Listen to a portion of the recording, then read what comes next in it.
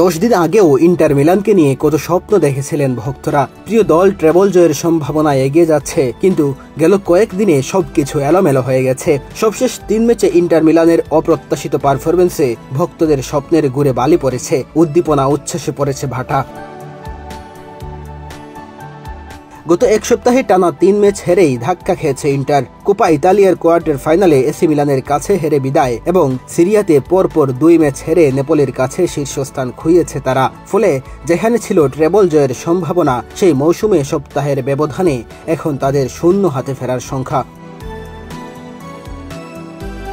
বুধবার রাত 1টায় চ্যাম্পিয়ন্স লিগের সেমিফাইনালের প্রথম লেগে বার্সেলোনার মুখোমুখি হবে ইন্টার মিলান। ম্যাচটি হবে বার্সার ঘরের মাঠ এস্তাদিও লুইস অলিম্পিক স্টেডিয়ামে। ফর্মের তুঙ্গে থাকা বার্সার সঙ্গে আজ কতটা পেরে উঠতে পারবে ইন্টার, সেটি ভক্তদের প্রশ্ন।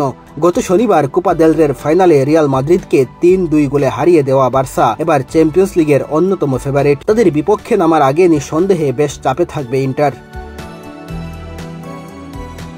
তবে ইন্টারের আত্মবিশ্বাসের জায়গা কোয়ার্টার ফাইনালে ফেভারিট বায়ার্ন মিউনিখের বিপক্ষে জয়। দ্বিতীয় লেগে বায়ার্নের বিপক্ষে 2-2 গোলে ড্র করলেও 4-3 অগ্রগামিতায় সেমিফাইনালে উঠেছে ইন্টার। অথচ ওই কোয়ার্টার ফাইনালের আগে বেশিরভাগ ফুটবল প্রেমী এগিয়ে রেখেছিলেন বায়ার্নকে।